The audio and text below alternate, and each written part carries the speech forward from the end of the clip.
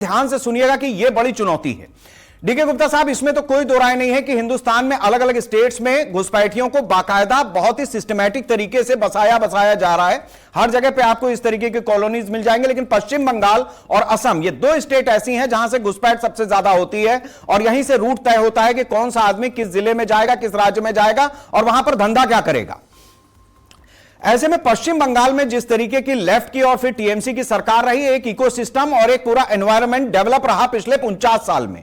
आज जब बीजेपी आई है, उसके सामने एक तो इस नेक्सस को तोड़ना चुनौती होगी। फेंसिंग के लिए जगह मिल जाएगी, जमीन मिल जाएगी, बॉर्डर पर हो सकता है फेंसिंग भी हो जाए, लेकिन कुछ चीजें ऐसी होती हैं कि पाइप में डाल करके सालों साल रखो लेकिन सीधी होती नहीं है। तो पड़ोसी हमारे कुछ इसी तरीके के हैं, चाहे पूरब में हो चाहे पश्चिम में हो। तो ऐसी स्थिति में पश्चिम बंगाल की चुनौती, सरकार की चुनौती वहां से कितनी बढ़ती है उस फेंसिंग के बाद भी, उसमें भी समय लगेगा, एक चीज। दूसरा, बांग्लादेश और चाइना, ये दोनों इस बात से परेशान है कि बीजेपी इतने बड़े बहुमत के साथ में पश्चिम बंगाल में आई क्यों है। अब जरा हमारे दर्शकों को, हमारे पैनलिस्ट को यह पूरा सिनेरियो समझा दीजिए। आप सभी लोग को जय हिंद, जय भारत। और शेखर जी, मुझे तो बड़ा दिनों से इंतजार था, बहुत दिन हो गया आपसे मुलाकात किए, और आपकी चर्चा इसलिए मुझे अच्छा लगती है, बड़े सार्थक प्रश्न आपसे पूछते हैं। और पहली बात कि मैं तो पूरे देश को, केवल वेस्ट बंगाल को नहीं, पूरे देश को बधाई देता हूं कि एक डेमोक्रेसी का सबसे बड़ा, मतलब लोकतंत्र का सबसे बड़ा त्योहार बहुत ही बड़े प्रतिशत स्तर से बंगाल के अंदर संपन्न हुआ है, और वो भी बिना किसी वायलेंस के। इससे बढ़िया एक डेमोक्रेसी के रूट को और कहीं नहीं देखा जा सकता भारत में। तो इसके लिए बंगाल की जनता को धन्यवाद और पूरे देश को बधाई है। अब देखिए, अगर हम भारत के अगर सभी राज्यों को ले लें, खासकर जो बॉर्डर्स पे हैं, तो अगर हम पंजाब को ले लें तो पंजाब को हमको बस संजीदे ढंग से पालना है, हमारे देश का राज्य है। हमको बंगाल को पालना है, हमको त्रिपुरा को लेके जाना है, सब हमारे भाई हैं, हम एक ही भाई हैं, हम एक भारत माता के कम से कम 28-30 बेटे हैं। और उसमें से वेस्ट बंगाल, आसाम, त्रिपुरा और ऐसे जो राज्य हैं, आप अगर पूरे विश्व का इतिहास उठा के देखेंगे, जो अगर हम यूगोस्लाविया का उठा के देख लें अगर, तो उसको प्राइमरी एग्जांपल दुनिया में बोला जाता है। तो वहां पे एथनिक ग्रुप जो थे, सर्ब्स थे, क्रोएट्स थे, बोस्नियक थे, उनके बीच में जो विवाद फैला, आज वो यूगोस्लाविया, क्रोएशिया, बोस्निया, हर्जेगोविना में सब में बदल गया। इसी तरह से अगर रवांडा को देखेंगे तो रवांडा आज टूटा पड़ा है। सूडान जो है क्रिश्चियंस और मुस्लिम्स की लड़ाई के चक्कर में नॉर्थ और साउथ सूडान बन चुका है। चेकोस्लोवाकिया को देखेंगे तो उसको वेलवेट बोलते हैं, जो कि चेक रिपब्लिक। तो भारत के अंदर जो डेमोग्राफिक चेंजेज आए हैं, अगर हम उसको क्लास 6 और 5th के बच्चे को भी अगर पढ़ाएं तो वो भी कह सकते हैं कि जिस स्पीड से पॉपुलेशन चेंजेज हो रहे हैं, डेमोग्राफिक सेटअप चेंज हो रहा है भारत के अंदर, उसके जो स्पीड है, जो रेट है, वो सबसे ज्यादा खासकर नॉर्थ ईस्टर्न एरिया के जो स्टेट्स हैं उसमें रही है। इतनी ज्यादा स्पीड जम्मू कश्मीर के अंदर भी नहीं रही है।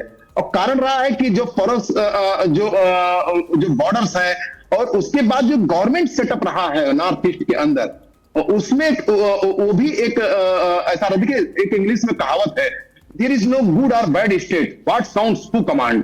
कोई भी अच्छा बुरा राज्य नहीं होता। यही सीपीएम वेस्ट बंगाल के अंदर थी, यही सीपीएम सीपीआई मार्क्सवादी, और यही केरला के अंदर। केरला इंडिया से 43 पोजीशन आगे गया लाइफ इंडेक्स में और डेवलपमेंट में, 43 पोजीशन अगर यूनाइटेड नेशंस के हम डाटा को ले ले तो।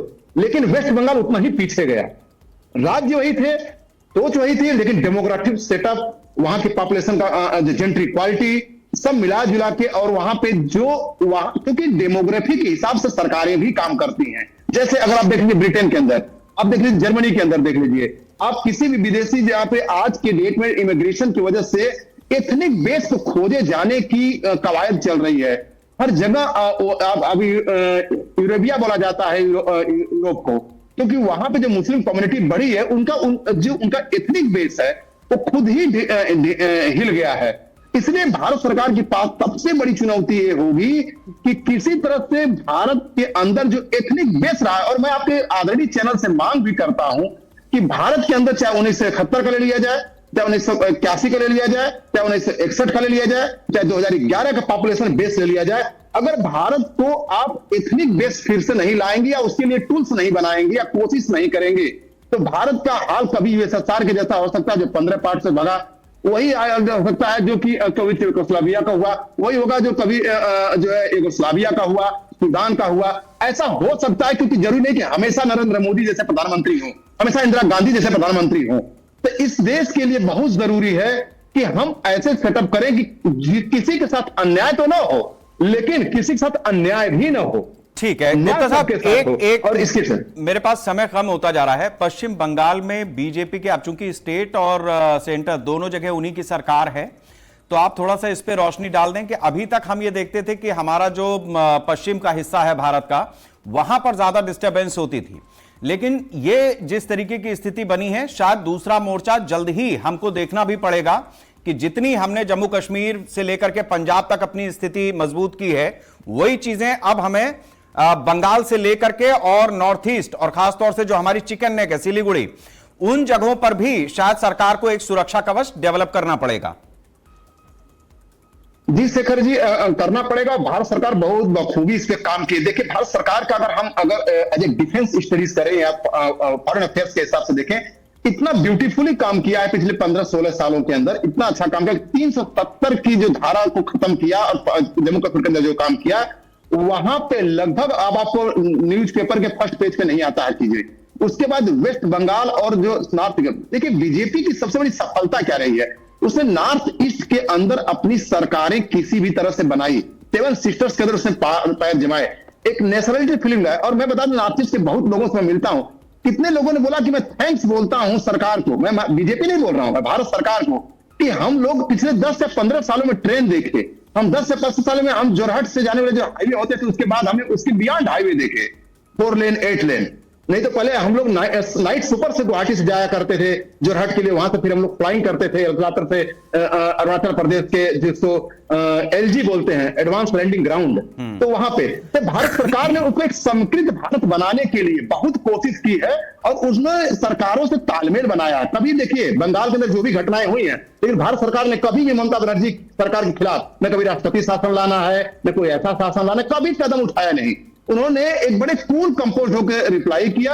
और ये बहुत ही अच्छी खबर है भारत सरकार के, भारत के लोगों के लिए, कि अभी वेस्ट बंगाल के अंदर और नॉर्थ ईस्ट के अंदर जो भी सरकारों का सेटअप है, उसके हिसाब से मुझे लग रहा है कि जो वहां की सेंट्रल फोर्सेस है, अब वहां की जो सिविलियन लोकल फोर्सेस है, उनका कंप्लीट कोऑपरेशन मिलेगा और चीजें आगे बढ़ेंगी।